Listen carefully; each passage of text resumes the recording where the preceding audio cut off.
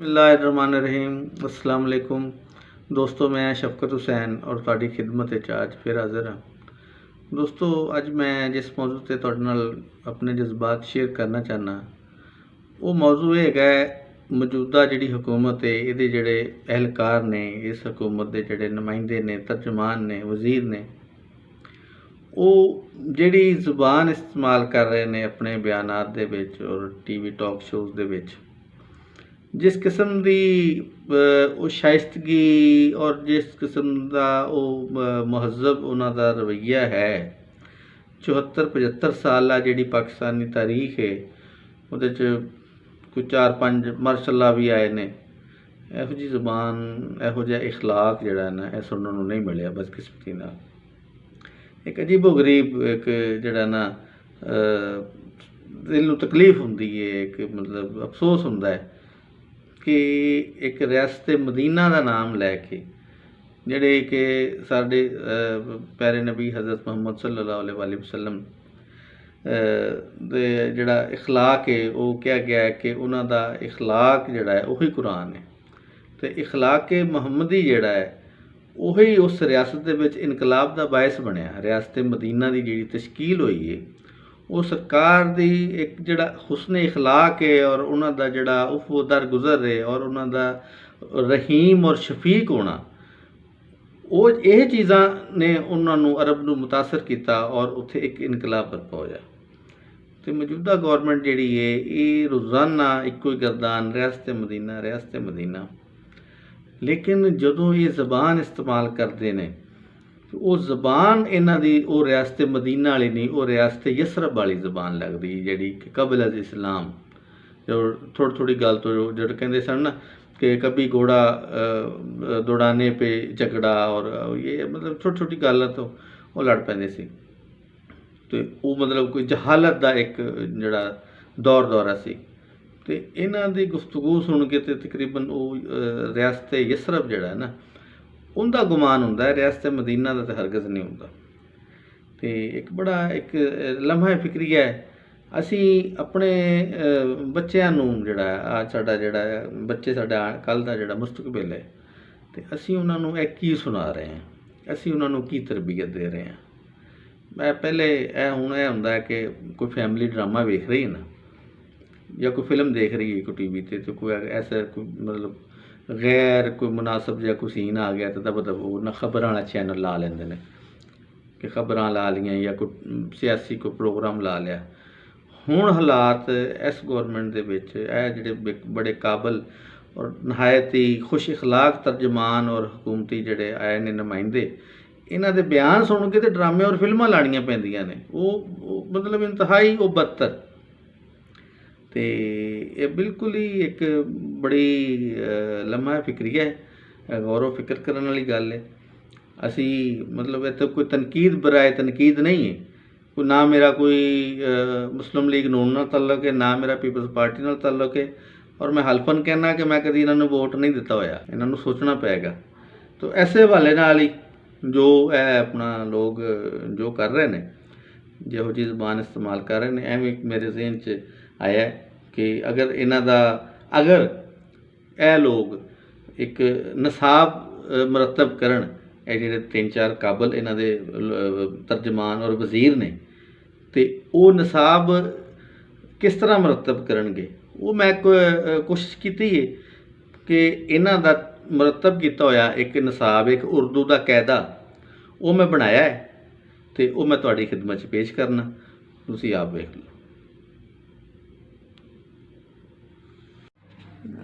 उर्दू का कायदा, नया नसाब, नया Pakistan text book, Insaf printing press. तहरीर व तहकीक professor doctor Fawad Chaudhry, PhD, डाऊंगा बाऊंगा, माहिर धमकियात व गल्लूयात। प्रोफेसर शहबाज गिल, MA अखलाकियात व लसानियात, जेरे निगरानी professor doctor Sheikh Rashid Ahmed, MA मुआशकात, MA नजूमियात। अलफ औंतरा बेबगैरत ਭੇ ਭਸੂੜੀ, ਤੇ ਤੜੀਬਾਜ਼, ਟੇ ਟੱਟੂ, ਜੀਮ ਜਾਹਲ, ਚੇ ਚਵਲ, ਹੇ ਹਰਾਮੀ, ਖੇ ਖਰਦਮਾਗ, ਦਾਲ ਦੱਲਾ, ਡਾਲ ਡੰਗਰ, ਜੇ ਜਲੀਲ, ਰੇ ਰੰਡਾ, ਜੇ ਜ਼ਹਿਰੀਲਾ, ਸੀਨ ਸੜੀਅਲ, ਤੇ ਸ਼ੀਨ ਸ਼ੋਖਾ, ਸਵਾਦ ਸਬਰ ਆਜਮਾ, ਤੇ ਜਵਾਦ ਜ਼ਿੱਦੀ, ਤੋਏ ਤੋਤਾ ਚਸ਼ਮ, ਤੇ ਜੋਏ ਜ਼ਾਲਮ, ਐਨ ਅਯਾਸ਼, ਤੇ ਗੈਨ ਗਾਫਲ, ਫੇ ਫਾਹਸ਼, ਤੇ ਕਾਫ ਕੈਦੀ, ਕਾਫ ਕੰਜਰ, ਗਾਵ ਗਧਾ, ਲਾਮ ਲਫੰਗਾ, ਮੀਮ ਮਰਾਸੀ, ਨੂਨ ਨਸ਼ਈ, ਤੇ ਵਾਓ ਵਾਹਿਯਾਤ, ਹੇ ਹੱਡ ਹਰਾਮ, ਤੇ ਇਹ ਯਮਲਾ। ਜੀ ਦੋਸਤੋ, ਤੁਸੀਂ ਉਰਦੂ ਦਾ ਕਾਇਦਾ ਮੁਲਾਜ਼ਾ ਕੀਤਾ। ਇਹ ਕੋਈ ਐਵੇਂ ਇੱਕ ਮਜ਼ਾਕ ਹੈ, ਇਹਦੇ 'ਚ ਮਤਲਬ ਕੋਈ ਇਸ ਤਰ੍ਹਾਂ ਦਾ ਅੱਲਾ ਨਾ ਕਰੇ ਕੋਈ ਇਹੋ ਜਿਹਾ ਨਿਸਾਬ ਆਵੇ। ਇਹ ਤਾਂ ਇੱਕ ਥੋੜ੍ਹਾ ਜਿਹਾ ਇੱਕ ਤੰਜ਼ ਦੇ ਅੰਦਾਜ਼ ਦੇ ਵਿੱਚ ਇੱਕ ਥੋੜ੍ਹਾ ਜਿਹਾ ਉਹਨਾਂ ਨੂੰ ਸਿਰਫ ਤਵੱਜੋ ਦਿਲਾਉਣ ਦੀ ਜਿਹੜੇ ਹਕੂਮਤੀ ਅਹਿਲਕਾਰ ਨੇ ਜਾਂ ਉਹਨਾਂ ਦੇ ਕਰਤਾ ਧਰਤਾ ਨੇ, ਉਹਨਾਂ ਨੂੰ ਸਿਰਫ ਇੱਕ ਉਹਨਾਂ ਦੀ ਤਵੱਜੋ ਦਿਲਾਉਣ ਵਾਸਤੇ ਇੱਕ ਛੋਟੀ ਜਿਹੀ ਹਰਕਤ ਕੀਤੀ ਹੈ ਕਿ ਉਹਨਾਂ ਨੂੰ ਥੋੜ੍ਹਾ ਜਿਹਾ ਖਿਆਲ ਕਰਨਾ ਚਾਹੀਦਾ ਹੈ। ਖਿਆਲ ਕਰਨ, ਆਪਣੇ ਇਖਲਾਕ ਨੂੰ ਬਿਹਤਰ ਬਣਾਉਣ ਦੀ ਕੋਸ਼ਿਸ਼ ਕਰਨ। ਲੋਕ ਤੁਹਾਨੂੰ ਫੋਲੋ ਕਰਦੇ ਨੇ, ਲੋਕ ਤੁਹਾਨੂੰ ਆਪਣਾ ਕਾਇਦ ਸਮਝਦੇ ਨੇ, ਅਤੇ ਕਾਇਦ ਜਿਹੜਾ ਹੈਗਾ ਉਹ ਕਾਇਦ ਦੇ ਮੋਢੇ 'ਤੇ ਬੜੀਆਂ ਜ਼ਿੰਮੇਦਾਰੀਆਂ ਹੁੰਦੀਆਂ ਨੇ। ਲੋਕ ਉਹਦੇ ਤਰਜ਼ੇ ਜ਼ਿੰਦਗੀ ਨੂੰ ਅਪਣਾਉਣ ਦੀ ਕੋਸ਼ਿਸ਼ ਕਰਦੇ ਨੇ, ਅਤੇ ਕਿਉਂਕਿ ਉਹਨੂੰ ਆਪਣਾ ਉਹ ਲੀਡਰ ਸਮਝਦੇ ਨੇ, ਆਪਣੇ ਜਿਹੜਾ ਆਵਾਮ ਉਹਨੂੰ ਆਪਣੇ ਤੋਂ ਆਪ ਤੋਂ ਬਿਹਤਰ ਸਮਝਦੀ ਹੈ, ਅਤੇ ਇਸ ਲਈ ਉਹਨਾਂ 'ਤੇ ਬੜੀ ਜ਼ਿੰਮੇਦਾਰੀ ਹੈ।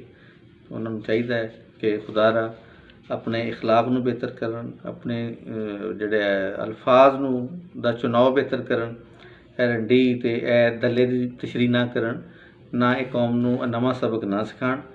ਅਤੇ ਇਹ ਬਿਲਕੁਲ ਹੀ ਇੱਕ ਜਹਾਲਤ ਦੀ ਮਿਰਾਜ ਹੈ। ਇਹ ਅਲਫਾਜ਼ ਜਿਹੜੇ ਇਸਤੇਮਾਲ ਕਰਦੇ ਨੇ, ਅਤੇ ਇਹਦੇ ਤੋਂ ਥੋੜ੍ਹਾ ਜਿਹਾ ਕਿਨਾਰਾ ਕਸ਼ੀ ਕਰਨ।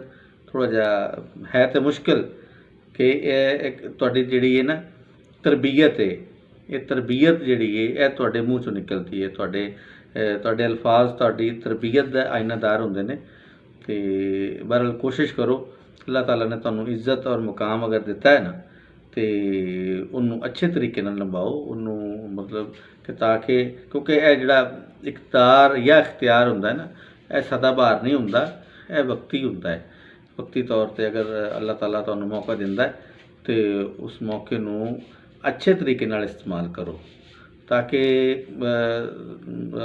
ਯਾਦ ਰਵੇ ਲੋਕਾਂ ਨੂੰ, ਤੁਹਾਡੀ ਯਾਦ ਰਵੇ, ਲੋਕ ਤੁਹਾਡੀ ਮਿਸਾਲ ਦੇਣ, ਅੱਛੇ ਹਵਾਲੇ ਨਾਲ ਤੁਹਾਡੀ ਮਿਸਾਲ ਦੇਣ, ਨਾ ਕਿ ਬੁਰੇ ਹਵਾਲੇ ਨਾਲ। ਦੇਖੋ ਨਾ, ਤਾਰੀਖ ਹੈ ਨਾ, ਤਾਰੀਖ, ਅਤੇ ਤਾਰੀਖ ਦੇ ਵਿੱਚ ਟੀਪੂ ਸੁਲਤਾਨ ਵੀ ਜ਼ਿੰਦਾ ਹੈ, ਅਤੇ ਮੀਰ ਜਾਫਰ, ਮੀਰ ਸਾਦਕ, ਉਹ ਵੀ ਤਾਰੀਖ ਦੇ ਵਿੱਚ ਉਹਨਾਂ ਦੇ ਨਾਂ 'ਤੇ ਜ਼ਿੰਦਾ ਹੈ ਨਾ, ਲੇਕਿਨ ਉਹ ਬੁਰੇ ਅਲਫਾਜ਼ 'ਚ ਹਮੇਸ਼ਾ ਯਾਦ ਕੀਤੇ ਜਾਣਗੇ, ਟੀਪੂ ਸੁਲਤਾਨ ਹਮੇਸ਼ਾ ਅੱਛੇ ਅਲਫਾਜ਼ 'ਚ ਯਾਦ ਕੀਤਾ ਜਾਏਗਾ। ਅਤੇ ਇਸ ਲਈ ਤੁਹਾਡੀ ਮਿਹਰਬਾਨੀ ਹੈ, ਟੀਪੂ ਸੁਲਤਾਨ ਬਣੋ, ਮੀਰ ਜਾਫਰ ਔਰ ਮੀਰ ਸਾਦਕ ਇਹੋ ਜਿਹੇ ਜਿਹੜਾ ਕਰੈਕਟਰ ਇਹ ਨਾ ਬਣੋ।